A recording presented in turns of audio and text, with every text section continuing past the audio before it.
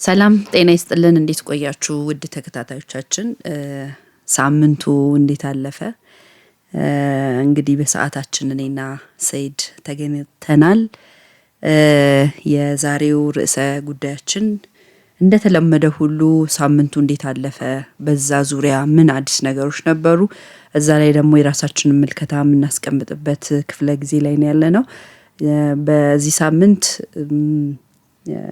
ከነበሩ ዋና ጉዳዮች መካከል የጽምዶን ጉዳይ ልናነሳ ወደናል ዛሬ ጽምዶ እንግዲህ በፋኖ ሸኔና ህዋት እንዲሁም ከሀገር ውጪ ደግሞ በአልቡርሃንና በኢሳያስ መካከል አልፎም ወደ ግብጽ ከጀርባ ሆና የተመሰረተ የትብብር አብሮ የመስራት ኢትዮጵያን የመውጋት እና ፌደራል መንግስትንም የማስወገድና እነሱ ወደ ስልጣን የመምጣት ሂደት ነው ስልጣን የመምጣትን ሂደትኛ አንተም ባንልም ያው በሰላማዊ መንገድ የሚለውን ነው ብዙ ጊዜ የምንደግፈውና የምናነሳው እዚህ ላይ በሳምንቱ ጎላ ብለው የከታዩት ነገሮች መካከል በወለጋ ፋኖ ገብቶ ንጹሃን ህዝብ ላይ ጥቃት አድርሷል የሚታወስ ነው ዘርፏል የሚታወስ ነው እዚህ ላይ ጃዋር መሐመድ ይሄ የፋኖ ኃይል አይደለም የሚል ሐሳብ ሲያነሳ ጽምዶ ውስጥ ያሉት እናስረስ በፍጹም የኛ ኃይል ናቸው ሲል ተመልክተናል በሸኔና በነጃዋርና በአስረስ መካከል ያለው ፍትጊያ በዛኛውም ሳምንት የተወሰነ አንስተን ነበር እንዲህ ሲሆን ወደ ፋኖና ወደ ህዋቶች ስንሄድ ደግሞ አንዳርጋቸው ጽጌ ሻቢያዎች እኛን ለምነው ነው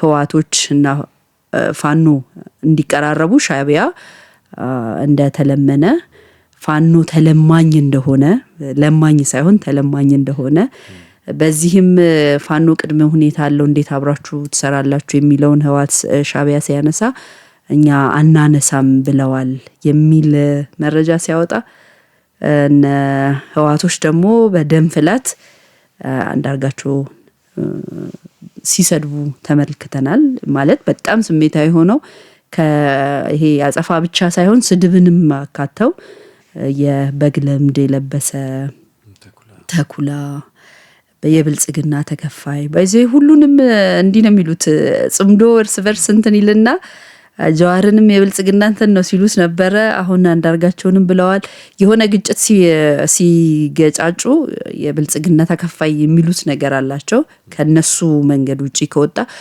ዞሮ የነሱ መንገድ ድብልቅልቁ ወጥቷል የሚለው ላይ ነው ፎከስ ማድረግ የፈለግነው ይሄ ጅምሩ ራሱ ልክ ነበር ወይ ሂደቱስ እንዴት ነው ፋይናሊ አሁን ሲደረሱበት መንገድ ድብልቅልቃቸው እንደወጣ እየታየን ነው ማን ነው ሞር ለሻቢያ ደሞ ይሄ ታማኝ ሻቢያ ማንን ነው የሚመርጠው እዛ ላይ ተመርኩዘው መግለጫ የሚያወጡ ነው የሚመስለው ራሱ አንዳርጋቸው ያው ሻቢያ ሰው ነው ከድሮም ጀምሮ በጣም ከሻቢያ ጋር ክሎዝ ነው እንደውም ከህዋቶች ጋር ግድ ሆኖበት ነው እንጂ ያን ያህል አይደለም ህዋቶችም ደፈር ብለው ወጥተው እንግዲህ ለአንዳርጋቸው መልስ ሰጥተዋል እዚህ ላይ እኔ ነኝ ታማኝ ባንዳ የሚል አይነትም ኢሜጅ ያለው መግለጫዎች እያወጡ ይገኛሉ እዚህ ላይ ያለንን ምልከታ ሐሳብ አስተያየት እናቀርብላችኋለን አብራችሁን ቆዩ ሰይድ ይያለን ሰላም እንዴት ቆያችሁ ማለት ፈልጋለሁ እኔ በጽምዶ ዙሪያ በጣም ቀላል የሚባል ክሳራ ነው እየደረሰባቸው ያለው በፊትም መሬት ላይ ያለው እውነታ ብዙም የላቸውም እንዲሁ በሚዲያ የተሸፈነ ከላይ ብቻ የተስማሙ ይመስል ነበር እንጂ ብዙ ተስማምቶ ፍሬምወርክ አዘጋጅቶ ሰነድ ተፈራርሞ በዚህ ጉዳይ ላይ እንስማማለን በዚህ ደግሞ አንስማማም በዚህን ጊዜ እንፈታዋለን ይሄን ደግሞ ብሎ የከፋፈሉትም አይመስሉም ለዚህ ደግሞ መረጋገጫ የሚሆኑ አሁን ሚዲያ ላይ ብዙ ነገሮች ጎልቶ እየወጡ ይገኛሉ ህዋቶች ምዕራብ ትግራይ የሚሉትን ሊያጡ አይፈልጉም እንዲሁም ደግሞ እንደ ቅድመ ሁኔታ ማስቀምጠዋል ለፌደራል መንግስት ብደራደር እንኳን ያ ወደ ትግራይ እንዲመለስ የሚል ቅድመ ሁኔታ አላቸው። ያው የትግራይ ህዝብን እሱን በመናገር ልብ ውስጥ ለመቆየት የሚያደርጉት ሂደት ነው። እሱም ቢሆን አሁን መጠንቀቅ ነበረባቸው ለጽምዶአቸው። አሁን ጽምዶ እንደዚህ አይነት ህብረቶች ሲፈጠሩ ቅድመ ሁኔታዎች ይኖራሉ። ኢቭን አንዱ ያለ አንዱ እንደማይደራደር ነው ከዚህ በፊት ሲናገሩ የነበሩት። አሁን ግን ህዋቶች በራሳቸው መንገድ መጥቶ ቅድመ ሁኔታዎችን አስቀምጦ መንግስት ይሄን የሚያሟላ ከሆነ እንደራደራለን እያሉ ይገኛሉ። ከዚህ በፊት ድርድር ራሱ አያስፈልግም የግድ ብልጽግና መቀበል አለበት ሲሉ ነበሩ። አሁን ደግሞ ቅድመ ሁኔታ አስቀምጦ አደራድሩን እያሉ ይገኛሉ። ከፌደራል መንግስትም ደግሞ የቀረበላቸው ጊዜያዊ መንግስቱን ወደ ቦታ መልሱ እንዲሁም ደግሞ ዲዲአር እና ጽምዶም ደግሞ እንዲፈርስ ምክንያቱም ድንበር ተሻጋሪ ነው የሀገሪቱ ሉዓላዊነት እየተጣሰ ነው። ስለዚህ ወደ መንገድ ተመለሱ ነው ይሄ የሚጠበቅም ነው። እነሱ ግን የራሳቸውን ብቻ ነው ያስቀመጡት። አሁን ከዚህ ምን እንረዳለን? አንድ ድርድር የሚባል ነገር እንዲኖር ሻዕቢያ የማይፈልግም ነበር። የፋኖ አመራሮች በጣም ቀንደኞች የሚባሉ እነ ዘመነ ካሴ ድርድርን ብዙም አይደግፉት። በተቻለ መጠን እነሱ በኃይል መንግስትን መገርሰስና ከዛ ቦታውን መቆጣጠር ከዛ ደግሞ የራሳቸውን ነገር እንዲሁም ደግሞ ሪዮት ዓለም መሬት ማስያዝ ነው የሚፈልጉት። ቃል በቃል ከዚህ በፊትም 4 ኪሎን ከለቀቁልን እንነጋገራለን የሚል እኛ ምን ፈልገው ሁኔታቸው መንግስት ይው ለቆልን እነሱ ኑና እንደራደር ያሸነፈ 4 ኪሎ ይግባ ነው የነሱ። እንደዛ እንዲባል ደግሞ ድርድር የለም ራሱ የለም። እና ይሄ ደግሞ የሚያሳየን ምን አይነት ፖለቲካን እንደሚያራምዱ መገመት አያስቸግርም እንደዚህ አይነት ሰዎች። ሌላ ደግሞ ፋኖና ሸኔ በግልጽ እየተለያዩ ይመስላሉ። ምክንያቱም በዚህ በሸኔ በኩል እነሱ ራሳቸውን ኦላ ብለው ይጠራሉ፣ መንግስት ደግሞ ሸኔ ብለው ይጠራቸዋል። እንዲሁም ደግሞ በህግም ስለተፈረጀ አሸባሪ ስለተባለ በሸኔም ስለሚጠራ ኦፊሻል ይሆናል ብለን ነው የምንጠራው ሸኔም ብለን። ከፋኖ ጋር እየተለያዩ ይገኛሉ ማለት ነው። በተለይ በወለጋ ህዝብ ላይ ከዚህ በፊት ነጃር መሐመድ መንግስት ያስታጠቃቸው መንግስት ያደራጃቸው በፋኖ ስም የተደራጁ አሉ። እነዚህ ደግሞ ተልኳቸው ንጹሃንን መግደል ነው ብሎ ያሰራጭ ነበር በተደጋጋሚ። ይሄ ደግሞ ሎጂካሊ የማያሳምን ሆኖ አልተገኘም ነበር በሰዓቱ።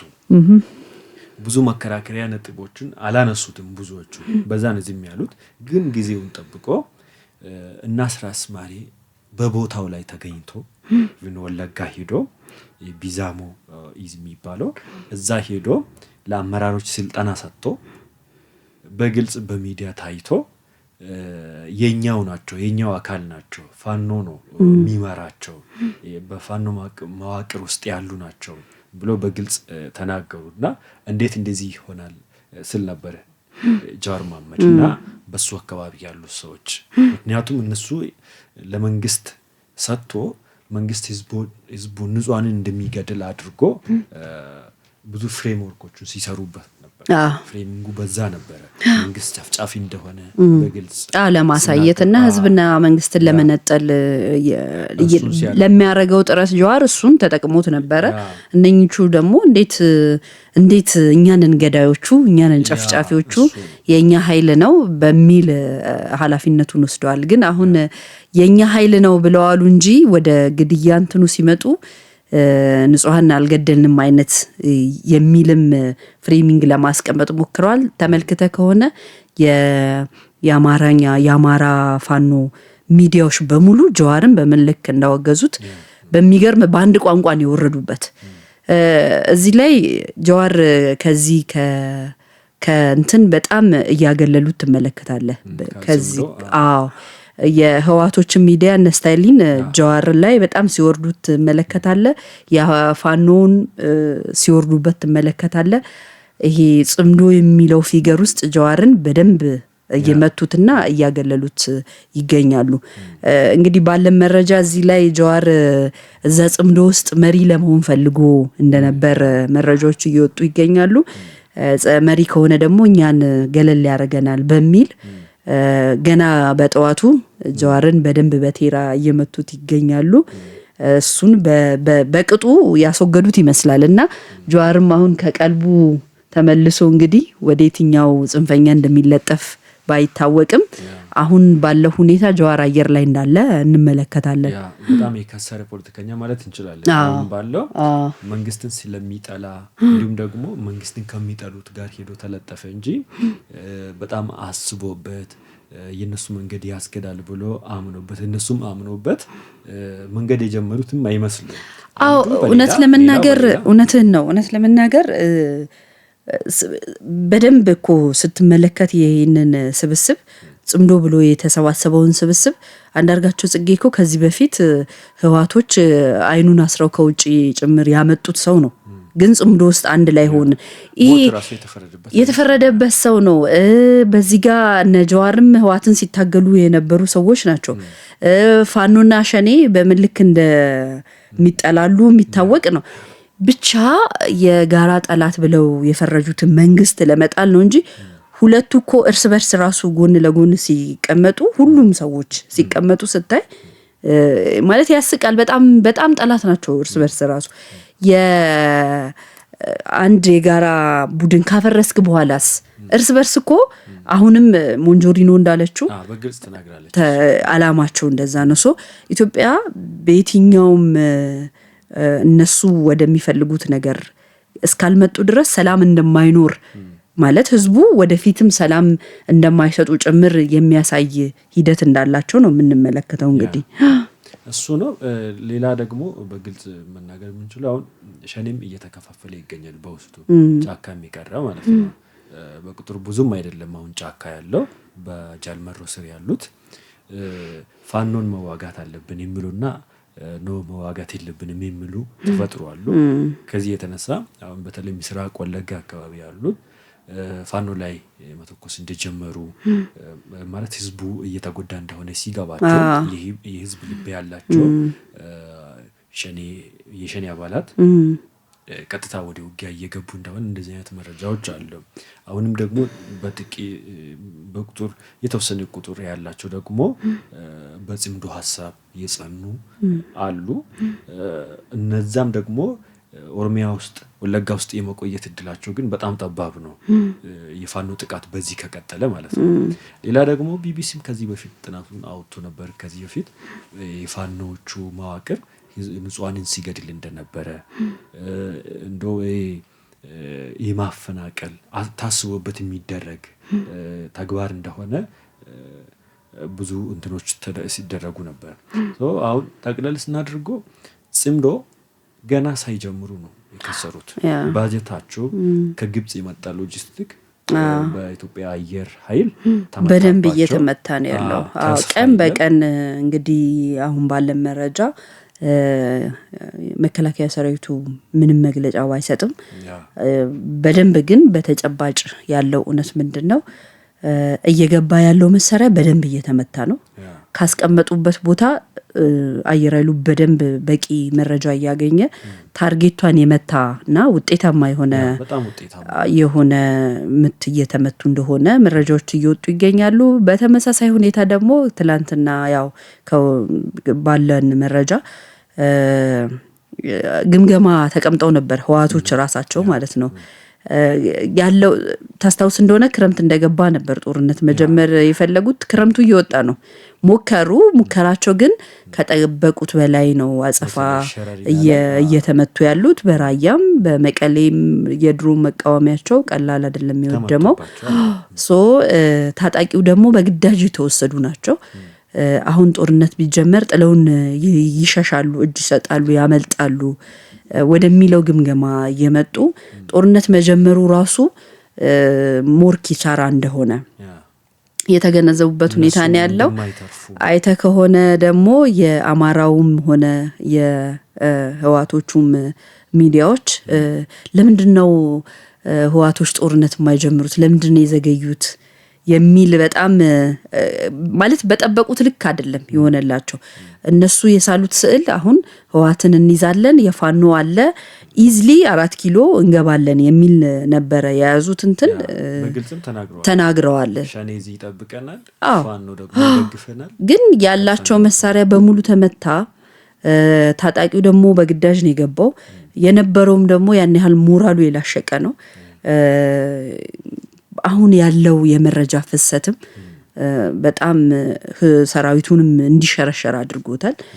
ያለው አዌርነስ የቱ ጋር ምን እየተመታ እንደሆነ ቢንቀሳቀሱ ምን እንደሚገጥማቸው የትም መድረስ እንደማይችሉ የትም ካልደረሱ ለምንድነው ምን ሞተው የሚልም የሞራል ውድቀት ታጣቂ ውስጥ እንዳለ መረጃዎች እየወጡ ይገኛሉ። በዚህ ምክንያት በሚፈልጉት ልክ እየሄደላቸው ባለመሆኑ ይሄ ሹክቻው ራሱ ተስፋ በመቁረጥ የመጣ አይነት ነገር ነው ይመስለው። ይሄ የሚባሉት ነገር ራሱ በቃ ቢያንስ የሚዲያውን እንትን የሰውን ድምጻቸውን ለሰው ጆሮ በማድረስ እኛ እንደዚህ ነን ከማለት ያለፈ ነገር በመሬት ላይ ተጨባጭ ነገር ባለመኖሩ ወደ መባላቱም እየገቡ ያሉ ነው የሚመስለው።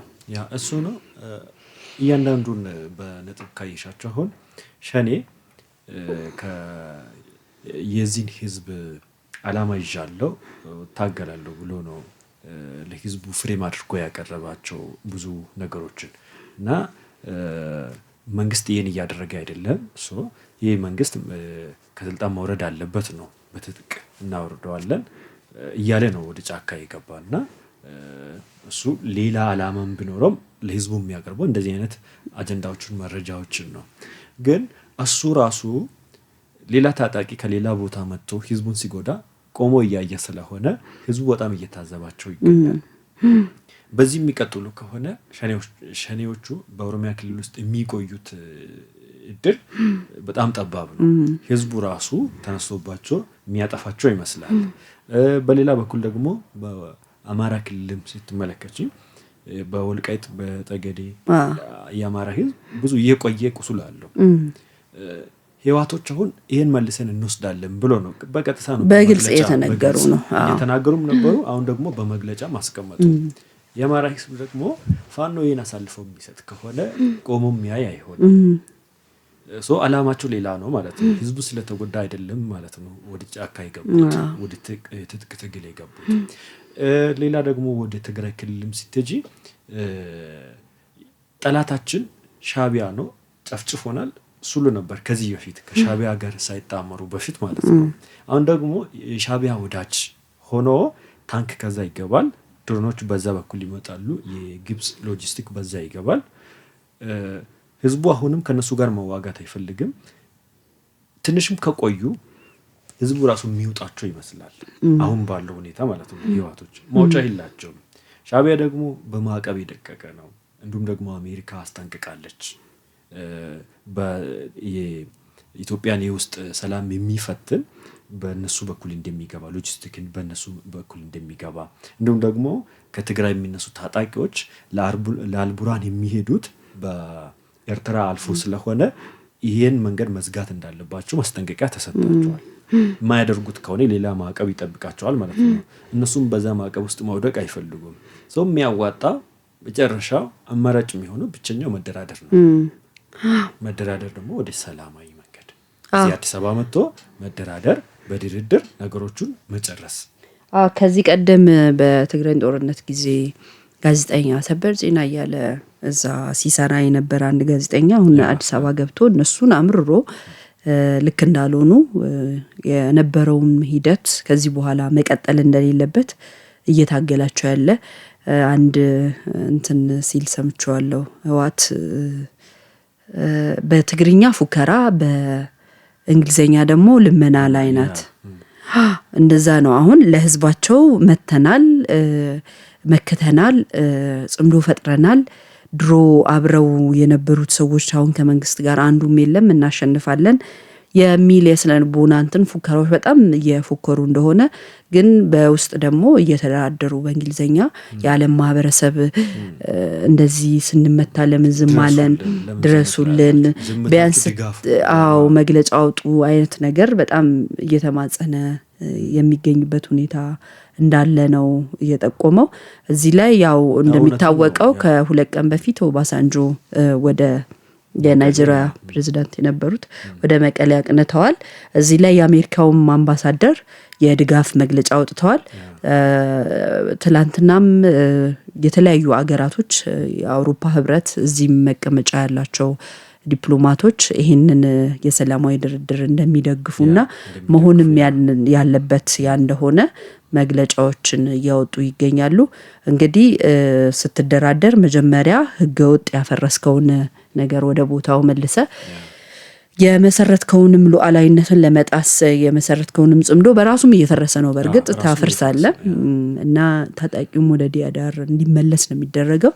ከዛ በኋላ ነው ያው ንግግርም የሚኖረው ማለት ነው። ህወሓት ተገዳ ወደዛ እየመጣች ያለችበት ሁኔታ ነው አሁን እየተመለከትን ያለነው። ሳይወዱ በግዳቸው ማለት ሰዎችም ሳይጎዱ የተወሰደው እርምጃ ባላቸው ነገር ላይ ባዶ እንዲሆኑ ተደርገው ጽምዷቸውም ያሸዋ ላይ ቤት እንደሆነ የሚናድ ነው። ምንም መሰረት የለውም። ምክንያቱም መሰረታቸው ጥላቻ ነው። ምንም የሀገርን አንድ እርምጃ ወደፊት የማራመድ አላማ፣ የህዝብ የመቆርቆር አላማ ሳይሆን የእርስ በርስ ራሱ ጠላት ሆነው ግን አንድ ወንበር ላይ ለመቀመጥ ሁሉም አሰፍስፎ የተነሳበት ሁኔታ ነው። ይህ ደግሞ ገና ከጅምሩ በጣም በዘግናኝ ሁኔታ ጄኖሳይደር ነህ፣ ተኩላ ነህ ምናምን እየተባባሉ ሁሉም እየተባሉ በጣም በሚያስቅ መልኩ ራሳቸውን እንኳን መያዝ ባልቻሉበት ሁኔታ እየተመለከትን ያለነው እሱ ነው። ሌላም አይተሽ ከሆነ አንዳንድ መረጃዎች እየወጡ ይገኛሉ። ጀዋርም ከመንግስት ጋር ድርድር እንደጀመረ የሚያመላክቱ መረጃዎች አሉ። ይህን ደግሞ እና አንዳርጋቸው ጽጌ ህወሓት ላይ እንደዚህ በድፍረት መናገር የቻሉት ከፌደራል መንግስት የሆነ ፌቨር ቢያገኙ ነው። ምክንያቱም ጽምዶ መፈረሱን ከወዲሁ ስለገባቸው የሆነ የራሳቸው አማራጮችን ያመቻቹ እንደሆነ ብዙ መረጃዎች አሉ። በሌላ ደግሞ የሰማሁት ሸኔዎችም በውስጥ ድርድሮች እየተደረጉ እንደሆነ የህወሓት ደግሞ ግልጽ ነው። በግልጽ ወጥቷል። ስለዚህ አሁን በድፍረት ያልተነሳ ወደ ድርድር ሂደት ያልገባ እኔ እስከ እዩት መረጃዎች ማለት ነው የፋኖ ነው። ፋኖም ደግሞ ክልሉን ማዳከም ህዝቡን ማሰቃየት የለበትም ማለት ነው። ሌሎቹ ዞሮ እኮ የትኛውም ዓለም ላይ ያሉ ግጭቶች መጨረሻ ላይ የሚዘጋው ያው በሰላማዊ መንገድ በድርድር ነው የሚዘጋው። አይ እኔ ጫካ ጋር አለው ሽፍታ ነኝ እድሜ ልኬን አንድ የፋኖ አርበኛ መሳፍንት ነው የሚባሉ አሉና ከልጅነታቸው ጀምሮ ጫካ ነው የኖሩት። እኔ ማለት ሳቃቸው ታሪካቸውንም ስሰማ ልጆቻቸውን ራሱ ጫካ ነው እንትን እያደረጉ ያሉት። ይሄ የጫካ ሜንታሊቲ ከሌለክ ጠብ የሚል ነገር አደርጋለሁ ካልክ በወንበር ዙሪያ ነው ፋይናሊ ሁሉም ነገር ሊያልቅ የሚችለው። እንደዛ ነው ሊሆን የሚችለው እና የትኞቹም ፖለቲከኞች ሆኑ አሁን ባለበት ሁኔታ እኮ አሜሪካን ብትሆን የህግ እንትናቸውን አንስታ አየር ላይ ያሉበት ሁኔታ ነው ያለው። አማራጭም የላቸውም አማራጫቸው እሱ ነው፣ መነጋገርም ጭምር ነው። ደግሞ ሰላማዊ መንገድም ውጤቱ ጥሩ ነው የሚሆነው እና ዞሮ በውስጥም ሆነ በፊት ለፊትም ሆነ ስትነጋገር መጨረሻው ያ እንደሆነ የሚጠበቅ ነው። ቅድም እንዳልኩት ምናልባት የሽፍታነት እስከ መጨረሻው ጫካ ኖረክ ወይ ደግሞ ዘርፈ ፋይናሊ የሆነ ሀገር ሄደክ በዘረፍከው ብር ልኖር ካላልክ በስተቀር እኔ ላሳካው የምፈልገው ግብ አለኝ ካልክ መነጋገር አማራጭ የሌለው ጉዳይ ነው። ግን ከዛ በፊት ህዝብም ጉዳት ሳይደርስበት ችግርም መከራም ሞትም ስደትም ሳይመጣ ባጭሩ በዚህ ሁኔታ ንግግር መጀመሩ ደስ የሚያሰኝ ነገር ነው። በትግራይ ደግሞ ሌላው ረሃብም ድርቅም የአየር ጸባዩ ራሱ ተከስቷል። ይሄንንም እይታ ውስጥ አስገብተው ለህዝባቸው አዝነው ወደ ድርድር መተው እንትን ቢሉ የተሻለ ነው ያለው። ሂደትም ጥሩ ነው። ጽምዶም እንግዲህ በራሱ ፈርሷል የሚለውን ነው የኛን እይታ ልናስቀምጥ የመጣ ነው። እሱ ነው ለማጠቃለል ያህል ህዝብን ከፌደራል መንግስት መለየት አልቻሉም። እነዚህ እንቅስቃሴዎች ከጅምሩ ነው የፈረሱት። ዛቻዎቹ ነበሩ። ምርጫ እንዳይካሄድ ብዙ ቅስቀሳዎች ሲደረጉ ነበሩ። እንዲሁም ደግሞ የምክክር ኮሚሽን እንዳይጀምር ከጀመረም ደግሞ በመሃል እንዲበተን ኢቭን ብዙ ሰው ታስሯል፣ ክሌ ረግጦ ወጣ ምናምን እያሉ ብዙ ሲያዋክቡ ነበር። ያየነው ግን የመዝጊያ ስነ ስርዓት ራሱ በጣም በደማቅ ሁኔታ ሲደረግ ነው ያየነው። ሀገርን ማስቆም አልቻሉም። የፌደራል መንግስትንና ህዝብ መለያየት አልቻሉም። መሬት ላይ ያለው አሁን ሀገራችን ጉዞዋን ቀጥላለች። ፌደራል መንግስት ሄዷል፣ ስራውን እየሰራ ይገኛል። ከዚህ በኋላ እናሳኳለን የሚሉት ነገር ራሱ እኮ ተጨባጭ የሆነ ነገር ራሱ እኮ የለም። ይሄን እንዳያደርግ እንቅፋት እንሆንበታለን የሚሉ ነገር እኮ የላቸውም። አሁን የሚሻላቸው ወደ ድርድር መምጣት፣ ድርድር ውስጥ ደግሞ ሰጥቶ መቀበል አለ። ዜጎች ናቸው። መንግስት የሚሰጣቸው ነገር ይኖራል፣ የሚቀበላቸውም ነገር ይኖራል። በዚህ ወደ ሰፊነት ወደ ድርድር መምጣት አለባቸው።